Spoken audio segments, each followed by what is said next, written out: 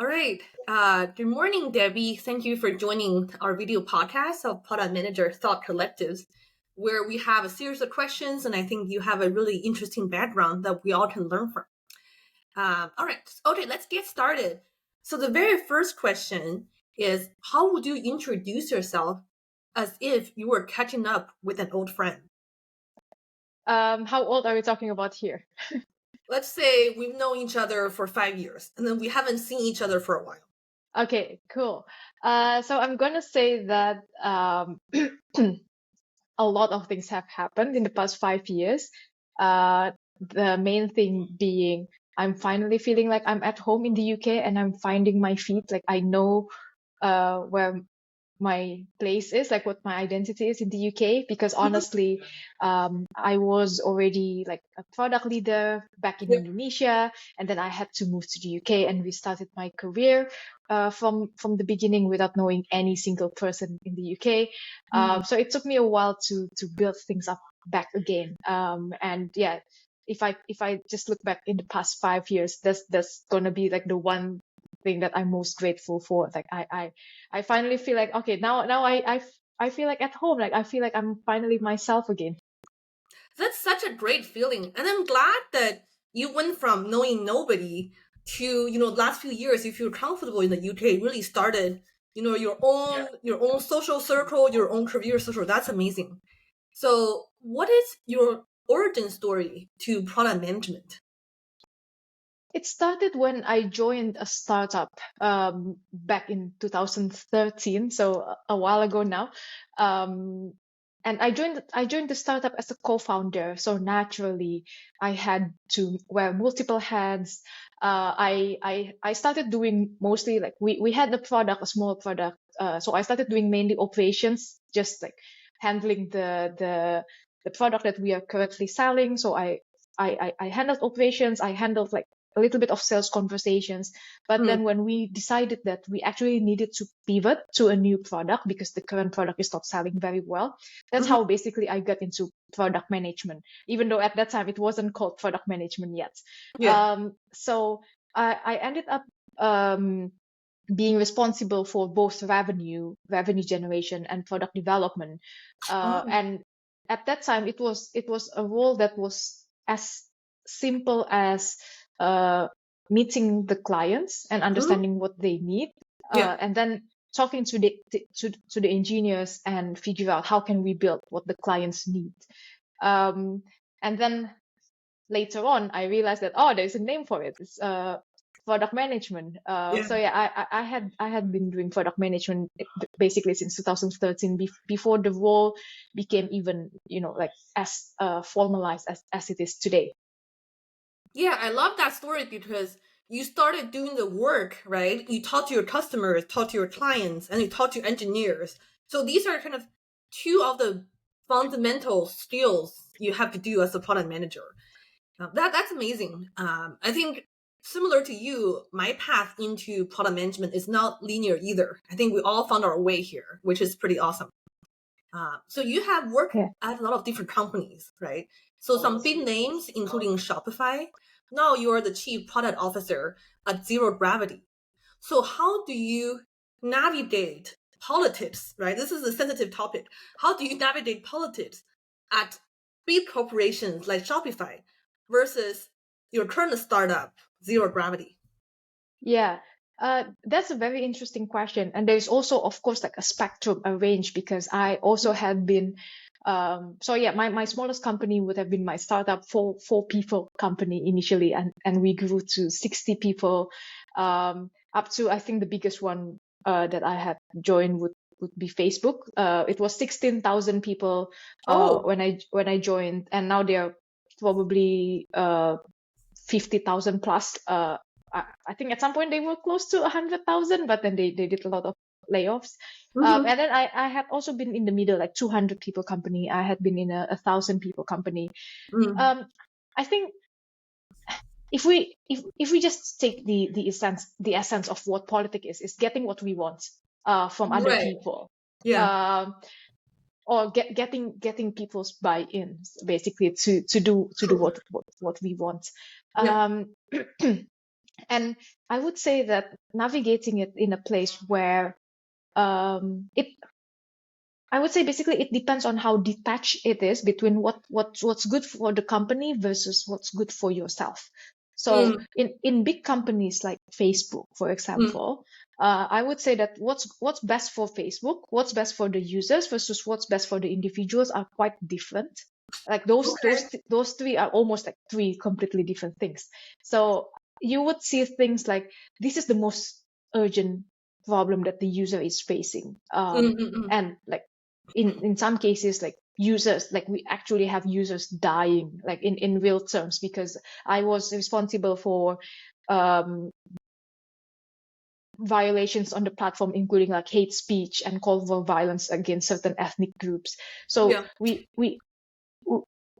what's best for the users or what the users urgently needs Mm, was clear, but then what individuals need, like for their own career progression, mm, and getting, I don't know, like the like we will have managers, for example, who insisted on uh, growing the team to a certain size versus keeping the team on a certain size based on their own uh, interest. ca- career interests, right? Right, right, And right. then we have competing proposals, and it depends on like how good the people are in articulating their proposals versus the actual content of the proposal. So that's how I would describe politics. Basically, like how do we as an individual Yeah. how do I get what I want, especially if I believe that what I'm Mm, proposing is mm. actually something that is best for the users and for the company, and how do I fight against individuals personal interest Right, right, right. Yeah. in translating that. Yeah, so uh, because yeah, politics can seem to be like a very like dirty word, but it's just the reality is that we still need, whatever the company size is, we still need to navigate this like um tension between personal interest versus what's best for the users and for the company. That's true. uh do I have any tip to navigate that? I'm not I would I would say that I'm fairly good at it. Hmm. uh And the reason I said that is because I would say that if you get promoted in a company, it shows that you should show at least a certain level of politic navigation acumen, right? It's a Because skill set. It is a skill set. Yeah, yeah. yeah, because if you're very good at your job but you're not good at managing up, I don't think you'll get promoted. Right. That's correct. Yeah. That's just the reality. So the reason I said that I'm fairly good at it is because I see the result that I have been promoted in every companies that I've been in. Yeah, yeah. So I have always had that internal progression, and then I move and progress even further, but then I get internal promotion as well. So I would say Hmm. that I'm fairly good at it. Whether I enjoy it or not, I don't know. I like to say that no, I don't enjoy it, but Yeah. maybe I secretly do. Maybe there's also a little bit of a thrill when you have to crack somebody, figure out how do I work with this person so Right, that right. I could get them to agree to what I propose and make them think that this is their idea. That is true. Do you feel like startups have fewer politics compared to big corporations that you work at, like Facebook and Shopify? Is it Yeah, more straightforward with startups? of course, yeah, Yeah. because just with the sheer number of people, People, right, right. Fewer people. Yeah. you just have like if you count like mathematically the number of permutation, like the number of relationships that could happen with fewer people, of course you have fewer relationships that you have to navigate. But also I would say in startups there's smaller gaps between what's good for you and what's good for the company and for the users, because Right, right. Yeah. in startups you don't have so many like progression framework like Yeah, yeah, yeah. That's true. That's true. yeah, so you don't have to necessarily get promoted using the ladder. You can just show that I'm doing I'm running the extra mile to do what's best for the users, Hmm. and that effort will be recognized with like a change in title, change in compensation that is not strictly following the progression framework. So I actually think that is why in startups you can have less politics, because as long as you are doing what's good for the company and for the users, as an individual, you will get rewarded. While Yeah, in companies, that's not always the case, in big companies. that is true. That is true. Changing the gear a little bit, there's always something new popping up with AI. It's just like the Chat GPT, Bard, and then I saw Samsung, they have a new S24 phone with all this AI capabilities. So, as the chief product officer, how do you keep yourself up to date with all the AI stuff? I think I mostly get my news from Reddit. Okay, Reddit. Um, Okay, yeah, that's a good platform. Yeah, yeah, I don't use Twitter or X. okay, I use LinkedIn, yep, but LinkedIn is usually a bit late. yep. So maybe 3 days after it was viral on Reddit, it will make its way to LinkedIn. Okay. So yeah, I get my news mostly from Reddit, and I also subscribe to a few tech newsletters Mm, that I sometimes open, sometimes not. Like there's a lot of noise out there, so I actually don't have like a single bulletproof way to consolidate yeah. all the AI news. And if you have any recommendation, I would love to subscribe to whatever it is that you would recommend. Yeah. So what's the subreddit that you recommend for the AI stuff? Is there like a r slash artificial intelligence or like r slash machine learning? Um, I followed like more specific one like Mid Journey, for example. So Okay, yeah, that's good. Yeah. yeah. Um, what else? I have a few like data engineering, I think was one of them. Just yeah, I have a few that I followed. Or sometimes just recommend it to my feed. Yeah. Okay. Yeah. No, that makes sense. Yeah, I think in this world where information is so overwhelming, we really have to pick and choose that works the best for Yeah, us to consume these updates. yeah, Um, for sure. when did you decide on the transition from Shopify to zero gravity? So I think you started, you have different company, different background, and then you made the jump from, a product. I don't know if it's an IC position or were you a people manager at Shopify, but then you switched to chief product officer. That is a pretty big jump. So how did you decide on the transition and then how did you make it happen? The transition was driven mainly by the mission of the company rather than the title. Okay. I think a little bit of context. So I left Facebook in 2018, no, 2019, right? So Mm-hmm. 4 years ago. Yeah, So when I joined Shopify, basically, I had forgotten how draining it is to work for a big tech company. that's true. Because my Facebook days were like 4 years ago. So Yeah. I had forgotten basically how slow things are in a big company, Mm-hmm. how political it is, as we just talked about 10 minutes Yeah. ago. So basically, when I joined Shopify, I just had a little bit of a culture shock again, because between Facebook and Shopify, I had always worked in small startups. Mm, So when I came back to a big tech like Shopify, I just realized that, oh shit, I forgot that I hated it.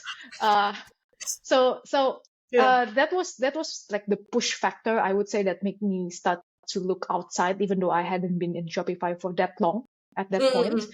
And then I found Zero Gravity, which is a really amazing company. They do it is a platform for low income students to help them get into good career and universities.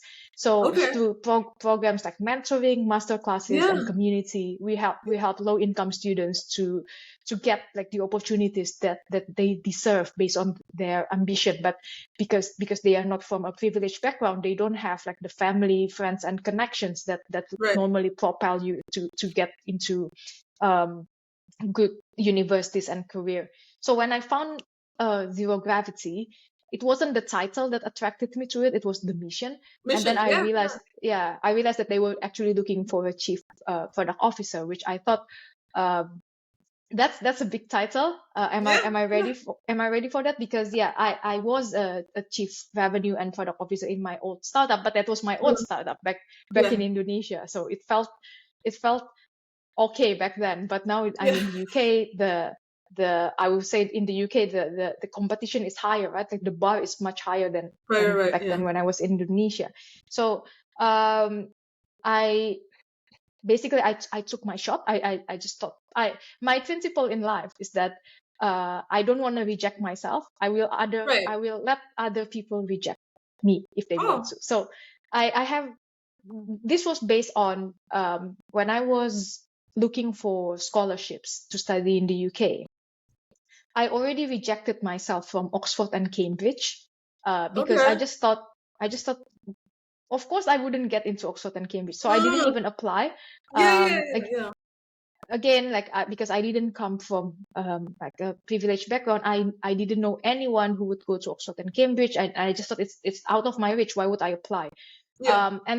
And then only after I moved to the UK and I got accepted into all the universities that I applied to, and then I talked to a few people who were studying at Oxford and Cambridge, and I realized, oh, you are not as smart as I thought. Like I probably could have gotten in. So Yeah, yeah. since then, I decided that I will never reject myself again.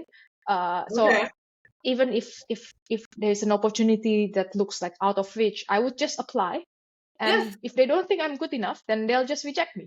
I love that. I Yeah, love that. I'm gonna tell my kid that. It's a don't let yourself reject yourself. Don't let you reject yourself. If it yeah. doesn't work out, it doesn't work out. You should try something else. And I love that philosophy. It's such a great mantra. Wow. Okay. Yeah, so basically what I did after I found out that they're looking for a chief product officer was that I just not emailed, messaged the CEO on LinkedIn. And I Okay. just said, Okay. So it's a cold email. Okay. yeah, it's a cold email, really. I didn't know anyone, Yeah. had no mutual connection or anything. So I just emailed messaged the CEO on LinkedIn, and I say, I'm currently at Shopify. This is my Mm-hmm. experience. This is my track record. Mm-hmm. I would love to talk to you about the CPO role that you are currently hiring for. So yeah, that's how it started. And then a few interview rounds later, I got the job. Mm-hmm. I would say that it's quite different between being like a product lead in a big Yeah. company versus being like a CPO in a small startup. Even though the Mm. startup is very small, and in terms of, I'm going to give you like more tangible context, right? I had been a product director in a scale up where I have 12 PMs under Under you. my department. Yeah. Yeah. Yeah. Yeah. But it's still a product director role. So even though I have 12 PMs, but it's still a product director role, and I report to the CPO. Spiel. So Right. Right. there's still somebody else who's doing the main like long-term strategy. Yeah. The main vision and set a strategy. Yeah. Okay. Yeah. Yeah. Yeah. While currently I'm a CPO, and even though I only have one PM under me, Yeah. uh, I actually found the role a lot more challenging. Okay. Not from people management perspective. It's actually simpler on the people management perspective because I only have one.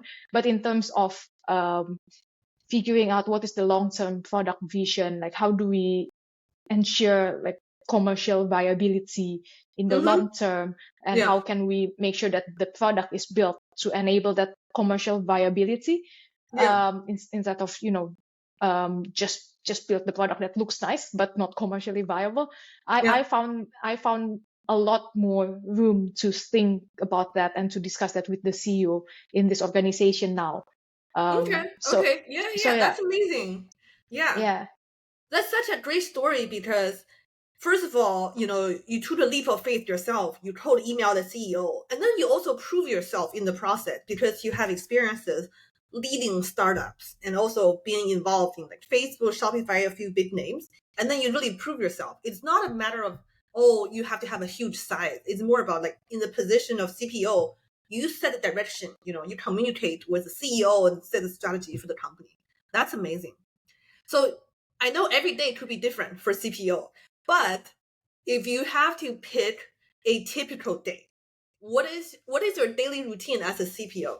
70% of my time, sorry, I'm not answering Mm, the question directly here, but roughly 70% of my time is currently on the company strategy level. okay, And okay. then 30% of my time is on more like tactical, what should we do? What should we build in the next 3 months? 3 months. Um, Okay, okay. yeah.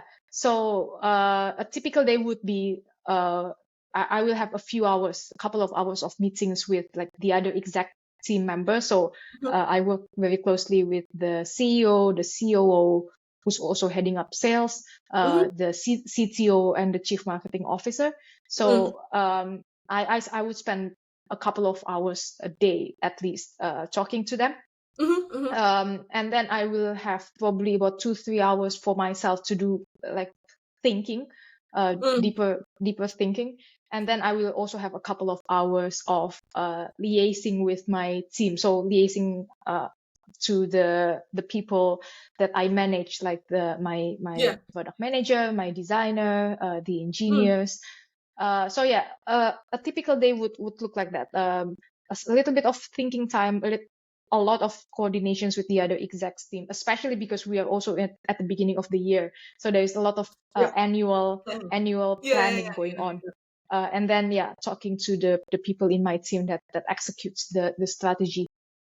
Yeah, definitely.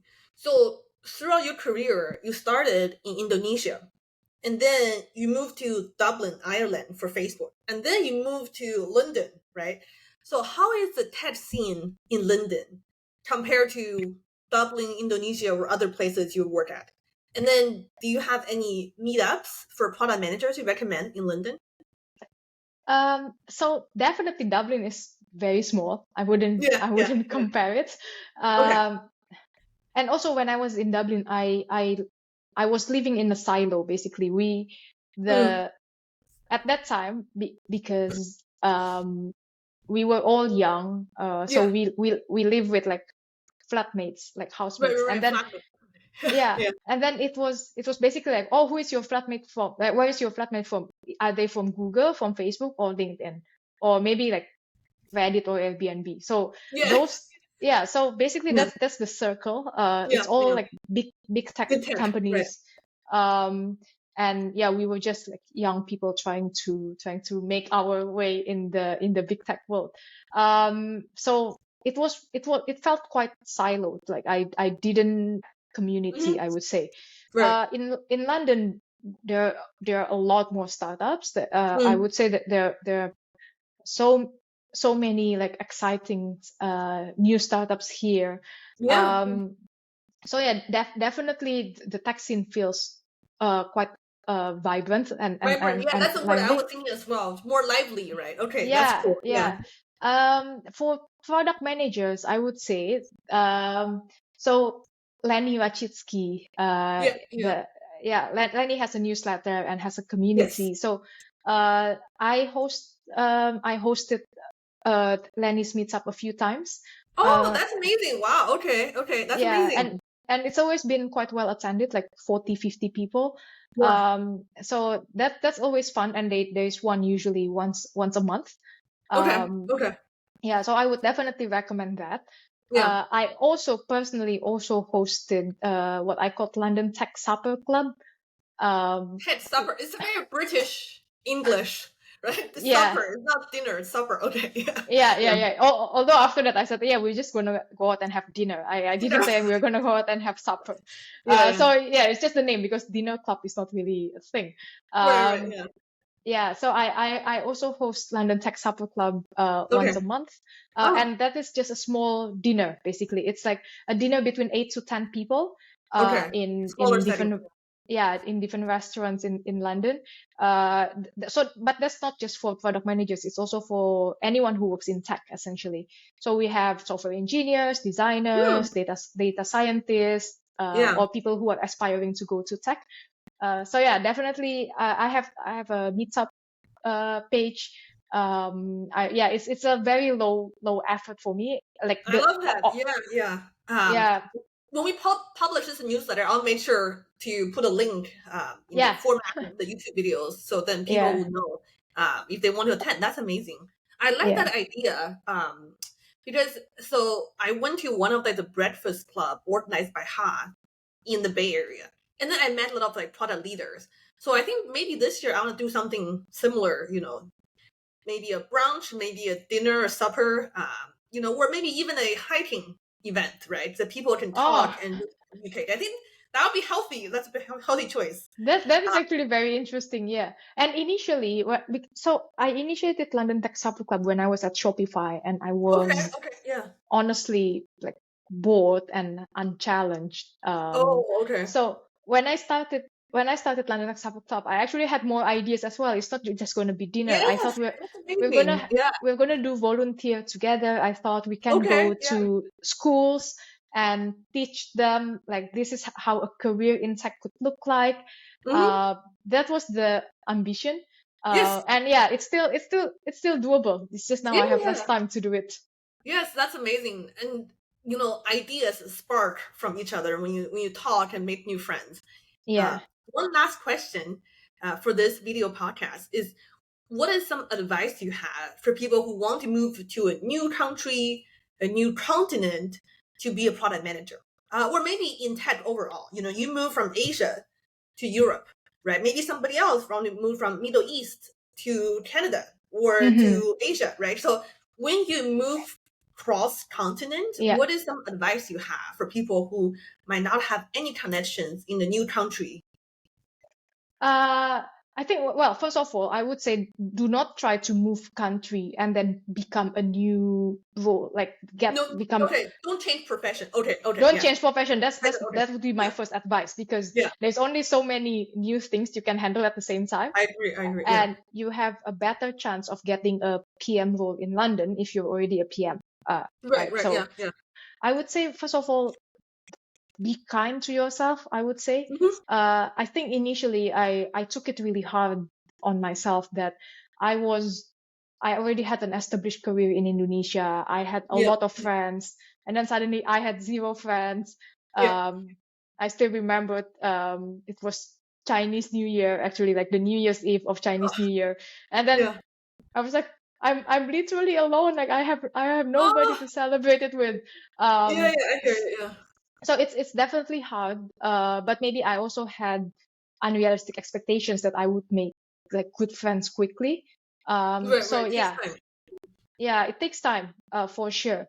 Yeah, join meetups, just join, even though you don't feel like it, because like Yep. even my own London Tech Supper Club, honestly, there's always some time like I feel like I really don't want to go. I'm tired. I don't want to One of those socialize. days. Yeah. Yeah, even though it's my own meetup, but then every time I force myself to go out, I actually ended up having a good time. Mm-hmm. So yeah, Yeah.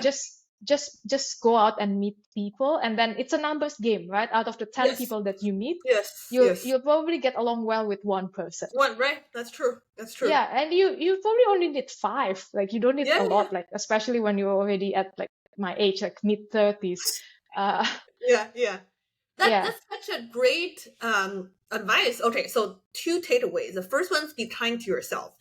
It takes time to settle in new country, continent when you don't know anybody there. The second one's getting out of your comfort zone and just go ahead and meet people, right? Go out and talk to people, go to Hmm. meetup, the tech scenes, like supper club, right? So that's a Yeah. great advice. Thank you so much, Debbie, for your time. I'm gonna stop recording right now.